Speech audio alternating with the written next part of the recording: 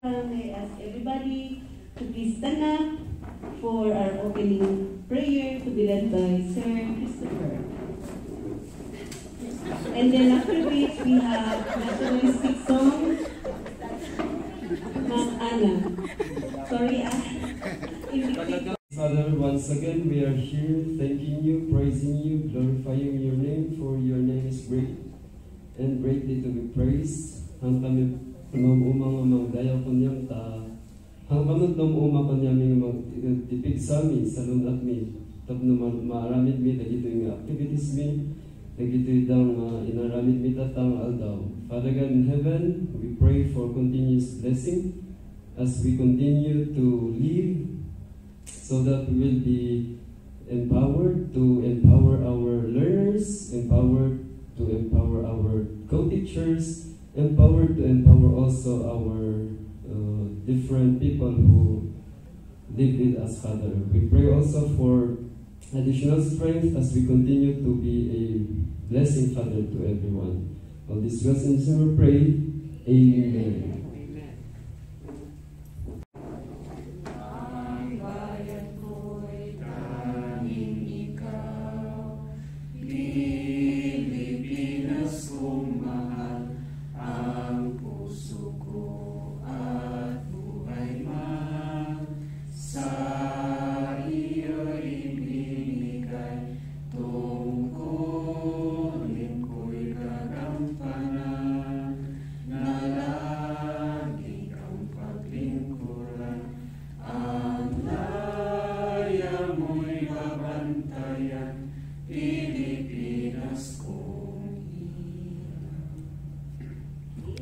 Next is a challenge from Ma'am MJ.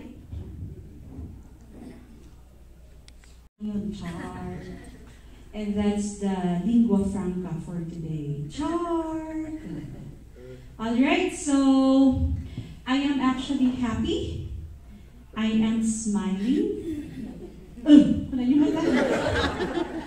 Yes, because I have seen and witnessed your engagement sa training workshop natin in the industrial arts. And I am actually overwhelmed because not only your presence would signify your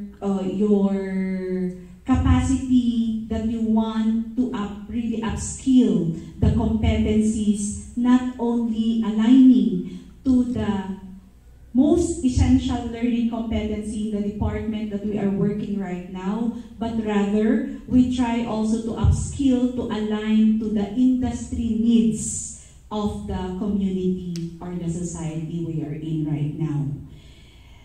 The word that is actually circulating globally this time is learning poverty, learning gaps, learning losses, ano pa ba? Learning challenges, learning issues. But I want to benchmark on the word learning poverty. That learning poverty is actually a common denominator during the pandemic. Diba? We have seen now that we are into face-to-face classes that we actually witness if the learner can perform what they need to perform according to the grade level they are in right now. One of the evident scenario or situation is grade 3, hindi pa nakakabasa. Syllabication, hindi pa niya kaya. Identification of letter, kaya niya kaya sa grade 3. Anong napansin ninyo? Meron hindi, meron pang hindi. Diba? Pagpapantig, hindi pa nila alam. And those are actually supposed to be competencies in reading in grade 1. Tama? Pantig, diba? Syllabication in grade 1. Yan. So those are actually one of the scenarios that is captured not only in the division of Baguio, not only in CAR, but that is in global. I want to have the definition of learning poverty according to UNESCO. Na ang sabi niya, ang learning poverty, where is my código? Baka magkamali ako ng napicturean ko yun. Okay. Okay, according to UNESCO, ang learning poverty are those learners who are in aging 6 to 10, which cannot perform the standards prescribed in the curriculum, in which it specifies there that they cannot really read, they cannot do the 3 R's, the reading, writing, and arithmetic. Kaya yun po ngayon yung learning losses or the learning gaps that we are trying to address.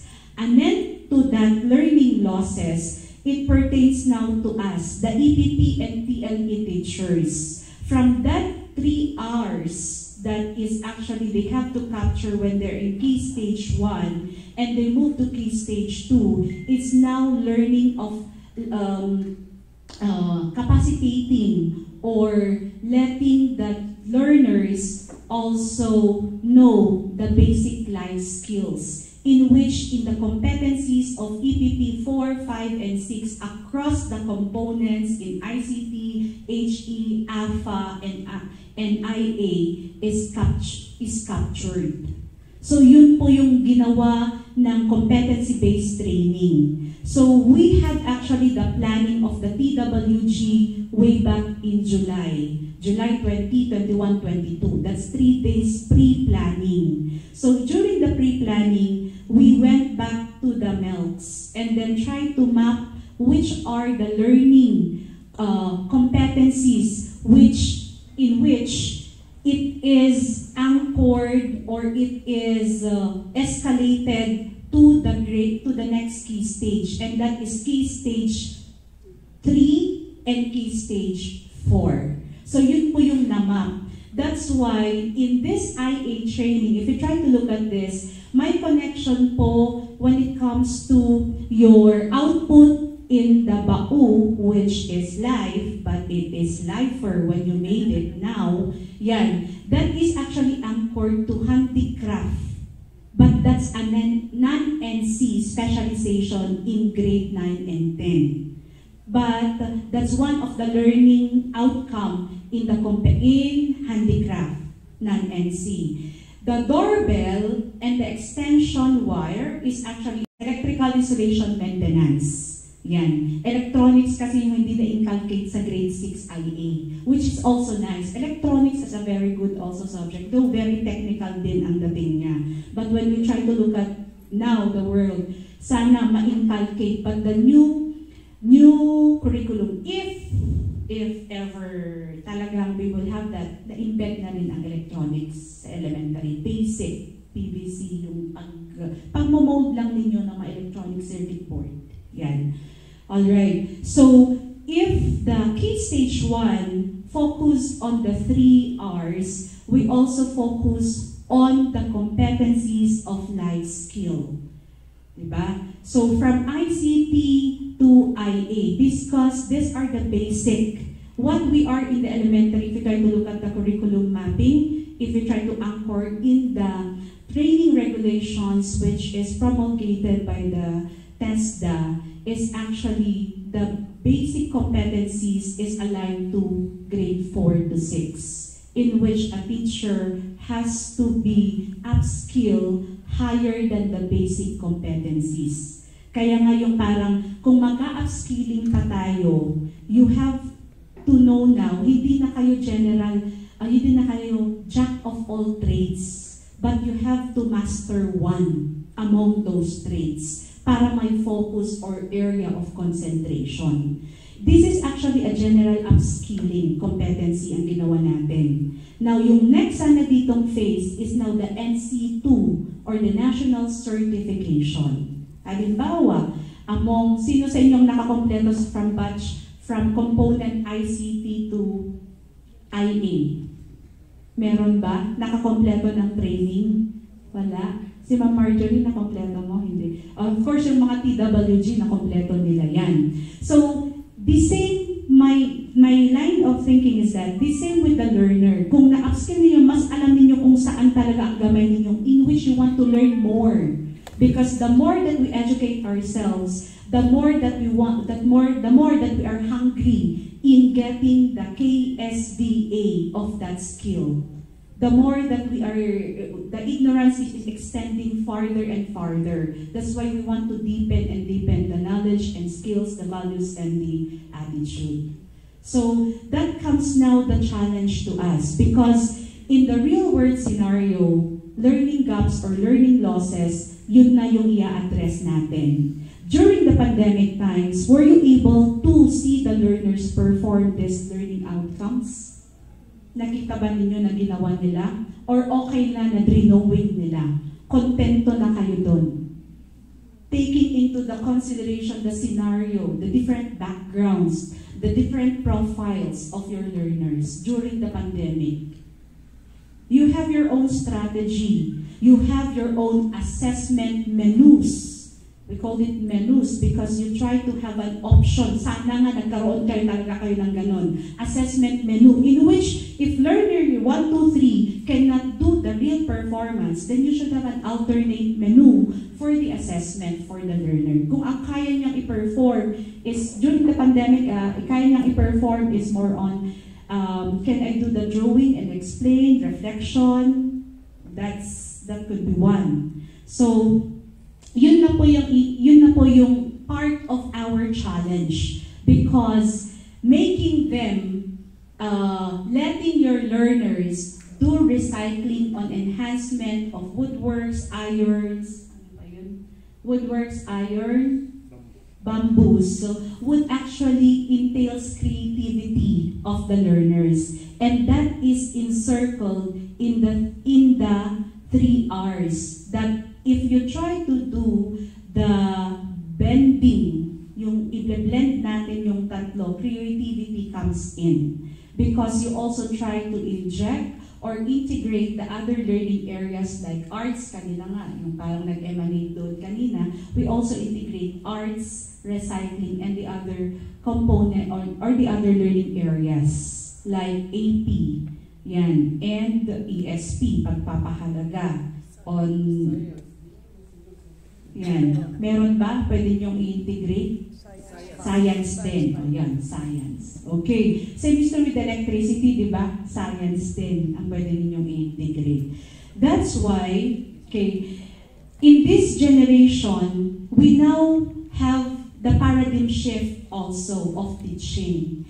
That teaching will not only in our comfort zone, because as teachers, including me, is now the future of the learners.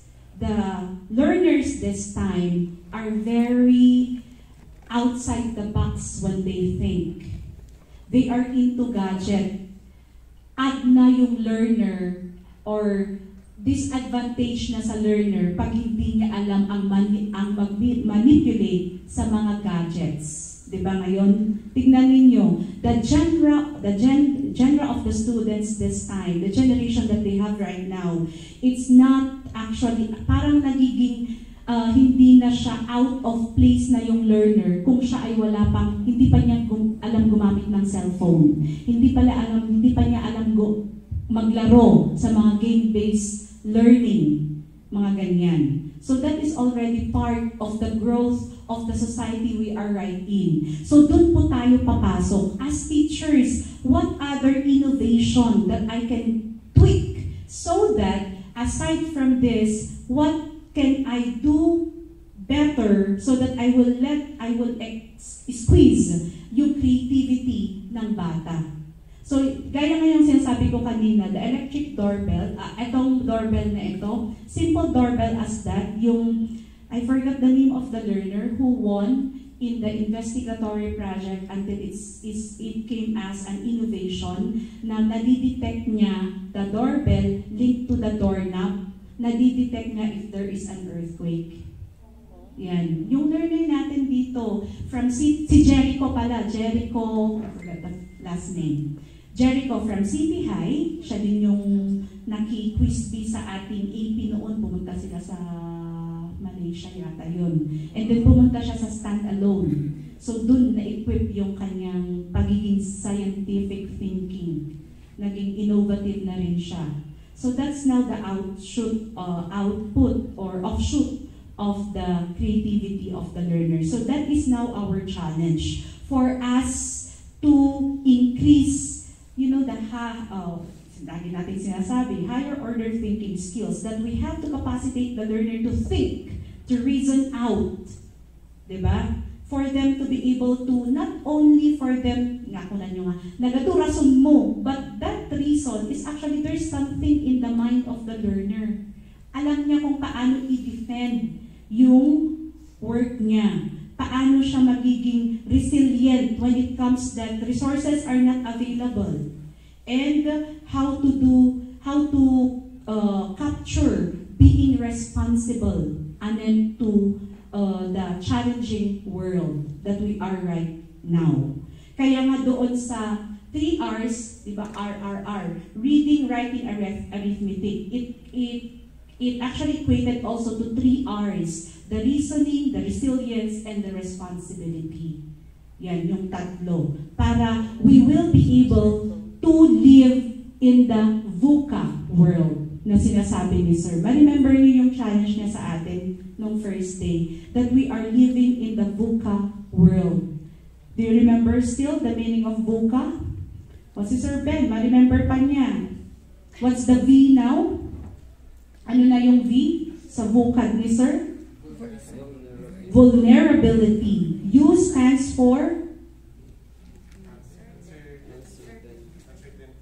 vulnerability, uncertainty, C, complexity, and A is ambiguity. Dagdagan natin ng D, VUCAD, diversity.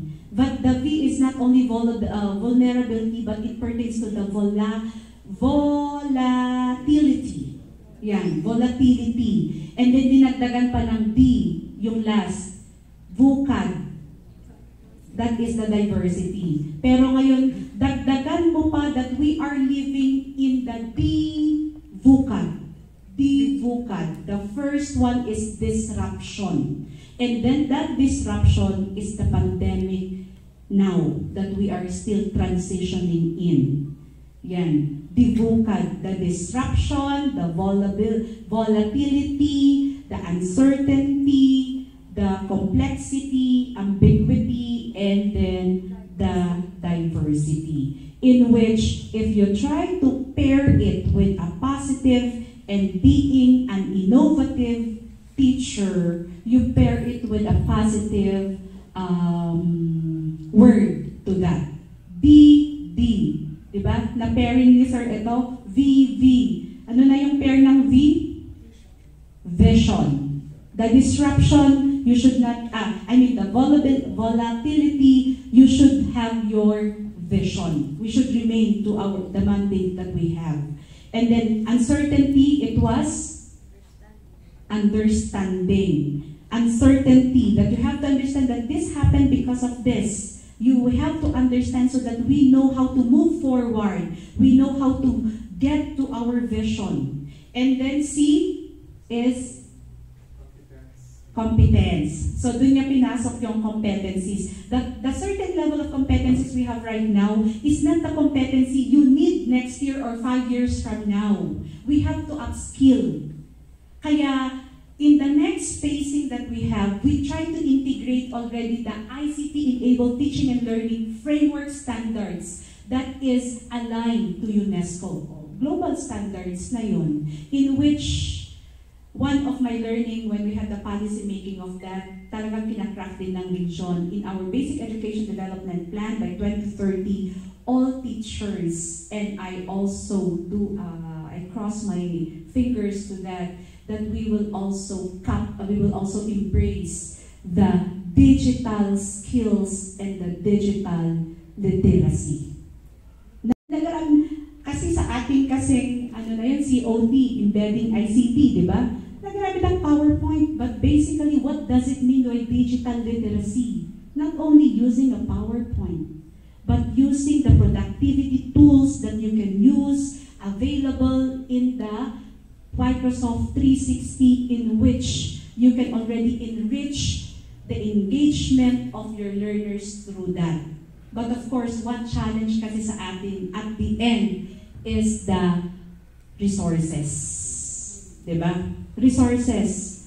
Sino bang hindi ma-amaze pagpasok mo sa room is all lights up. Andyan na si artificial intelligence. But that's the digital world we are living right now. IA is already a part. You know, one of the things that I have learned, technology will never replace teachers. But teachers who do not use technology can be replaced. If the mindset we have right now, we do not use the technology because we are having a difficulty that is retire ako, nako nga kailangan daytan. Diba? That's actually one of the common. But think of it, what will happen to the learners? It's good that we maybe preserve the wisdom, that part, but I still believe that you still engage or you want still to learn something from that. Kasi that's nga the shift that we have in the global community we are in right now. So yun din ang challenge sa atin. Your output today, maybe even when you introduce to your learners, they will come up to a better output. Baka nga yung doorbell na yan, aside from the buzzer, baka makakreate the party own nga buzzer da. Diba? We bought those buzzers. But baka, kung titignan natin, at very simple lang naman yung composition ng buzzer, it might be kung creative yung learner, itry mo nga ito, alam mo yung product of their imagination, that they will able to, they can actually do something out from their imagination. The same is true with yung coin bank natin. You will be amazed if you introduce that and let your learners grow their creativity as long as you set parameters on the expected output and you set the timeline, you engross them, motivate them, as long as they will not, as the safety is there, you included it as part of the instruction, then baka mas maganda pa yung output. Kasi nga, eto muna, but you know, learners this time, they are not actually contented with Ostunday ito eh. Sometimes there are learners that we have to also reach that they are really in advance. Yan. Baka nga yung sakit, yan eh walang safety, di ba? Baka sa learner na i-calculate sa mind niya. Saksakan dahil paano tudukon ni atin ko, kabilang mantikwa, pang safety. Though may nabibiling ganun ngayon, but we do not know ngayon how the learners think when we introduce an output. So doon po tayo papasok, being a resilient, being an innovative, being a creative, and be the captive, and to continue encourage our learners to engage themselves in learning spaces,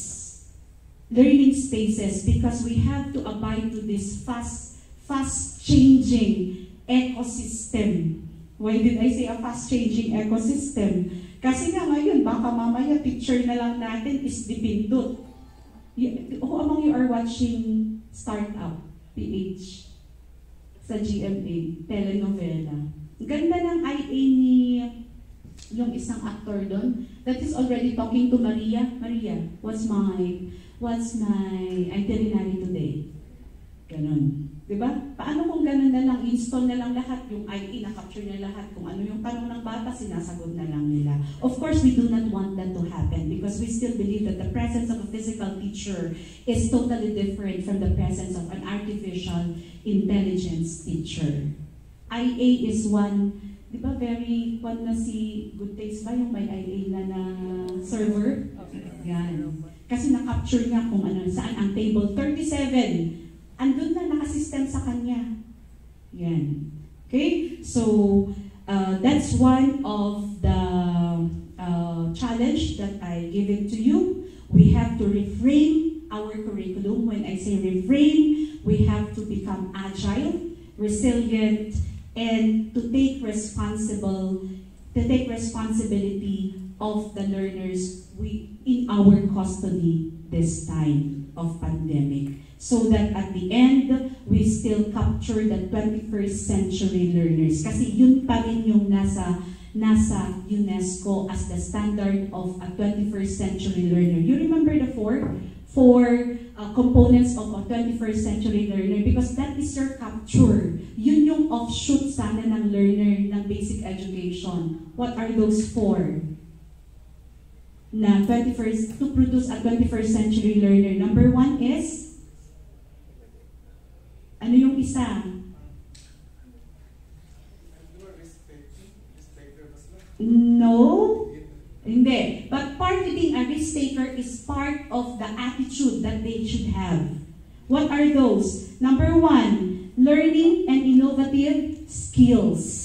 Nakikita dapat yan sa learner when they finish the K-12. That's why in the curriculum exit, trabaho, negosyo, middle skills level development, and college education. Yan. Another one is the information, media, and technology skills. Information, media, and technology skills. And then, what else? Yung naka-anchor sa 3R, communication skills. And then the last is, ito, life skills, life and career skills. So, yun po yung pagtutulungan natin. We work hand in hand with all other teachers, including of course, our top management in the Department of Education, so that we will be able to target those 21st century learners. So for that, I hope that your learning will not stay here, but rather it will be duplicated when you go outside this hall, you go inside your classroom, and it will be replicated in the community. Because you were able to transfer the knowledge and skills to your learner, and your learner already replicate also in the community. And later on, baka sa global. Di natin alam, kasi at the end of the day, at the end of the years to come, you will be producing a lot of profession. And that profession, you might not know na ikaw talaga ang nagpin sa kanya para patungo doon sa profession na yun. So, for that, thank you so much again for your engagement and my acknowledgement to our TWG na talagang nag-hands-on sa atin. Let's give a clap to Sir John Paraya. Thank you so much, Sir John. And of course, Ma'am Charlene Gumatay.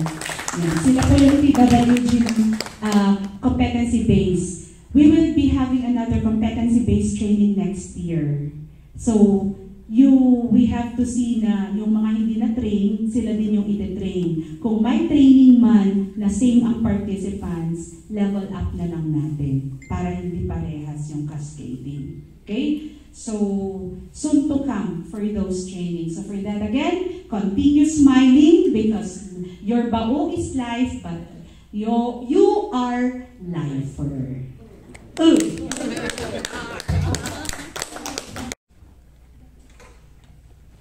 Yan po. Lahat po tayo nakasmile. Habang pinapakinggan ko kasi si Ma'am, parang pumasok sa isip ko, kasalanan din yung teacher. Bakit po? Kasi masyado nang matatalin ang mga tao. Bakit po may mga upscaling at saka mga improvement at saka kung ano-ano mga innovation yan? Saan po ba nanggaling yung innovation, upscaling? Diba sa teacher din? Di po ba? Kasi from the basic education, tayo pa rin po yung nag-provide. Di ba po? Or tayo yung mga channels, di po ba? Para ang mga learners natin ay upscale. Pero looking doon po sa mga nakita natin with all the challenges, with all the troubles, at ano pa man yan na destructive sa pag-go-on natin, educating our learners, upscaling our learners, and so with us as teachers being upskilled, mag-improve pa, mas better pa. So we take the challenge po, Ma'am.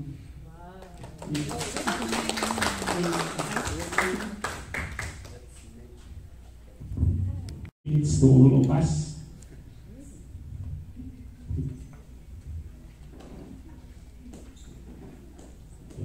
I just read the content of the certificate.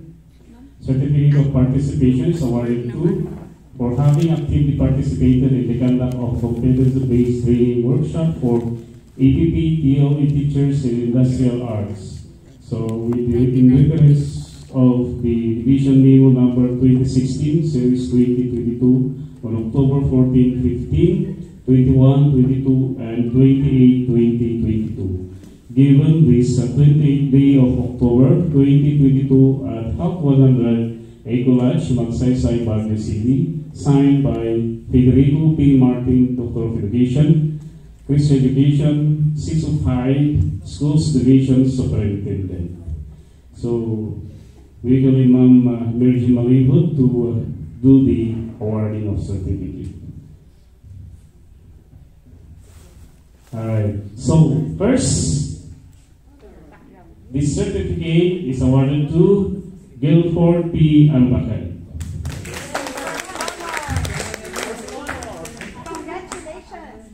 Congratulations.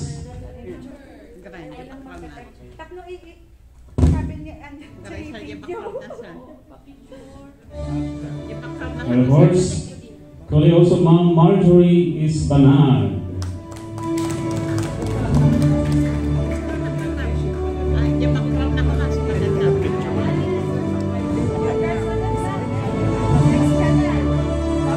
Next in line, Ma'am Jennifer L. Iniego.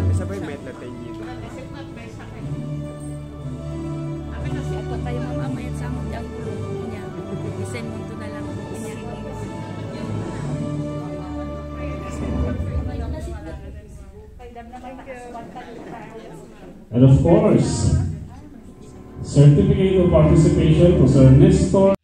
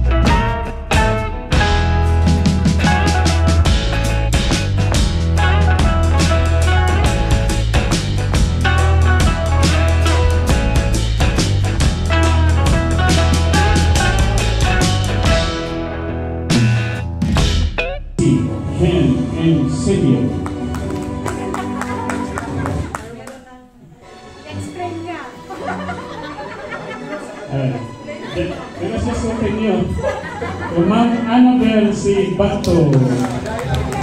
Sa inyo, may case kayo.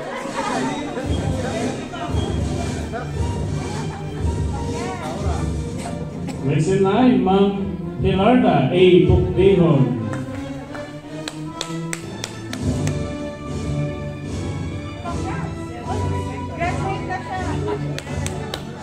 And of course, to Ma'am Bella A. Salimbay.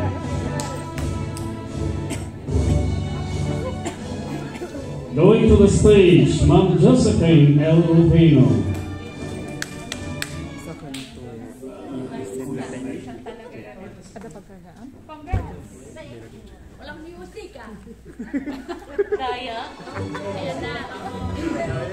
And on the stage, Ma'am Elena C. Ganado.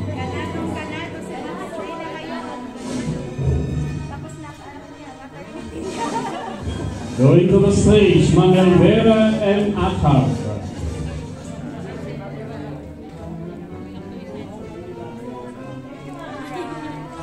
Certificate of participation to Sir Jesse L.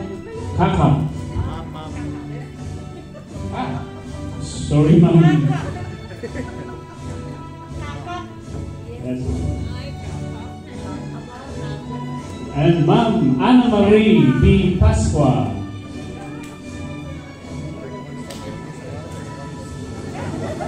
Congratulations to Ma'am Poliana D. Galdoan.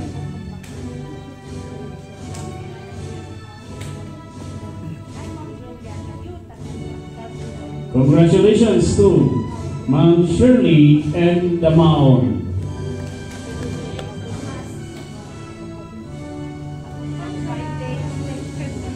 Certificate of participation is awarded to Christopher P. Panguwen. Ay, pero wala siya, diba?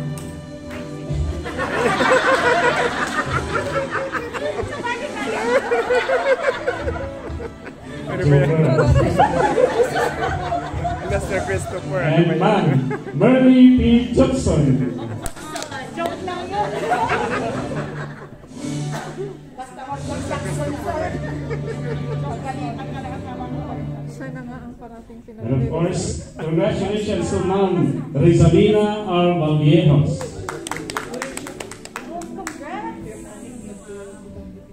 Certificate of participation is awarded to Ma'am Maria Relinda G. Aquino.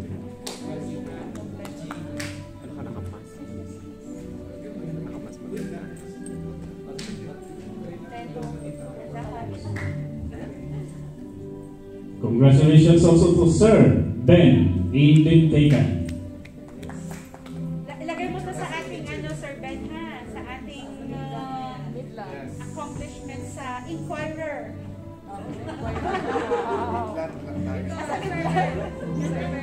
And of course to Sir Eric C. Bugtong.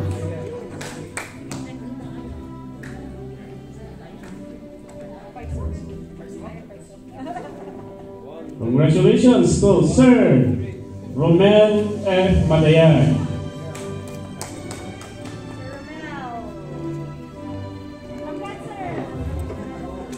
And certificate of participation is awarded to Ma'am Karen B. Ganga. Congratulations to us. Sino po wala? Walang folder. Hindi nakatanggap ng...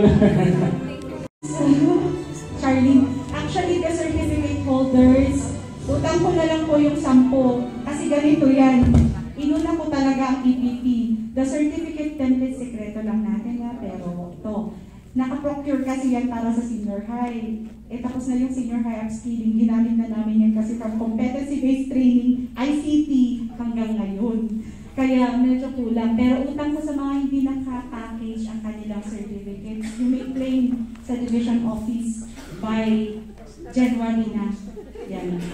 Para may package yun ngayon. Yan. Okay, pasensya na kasi yan na yung available 20. Okay. So, thank you.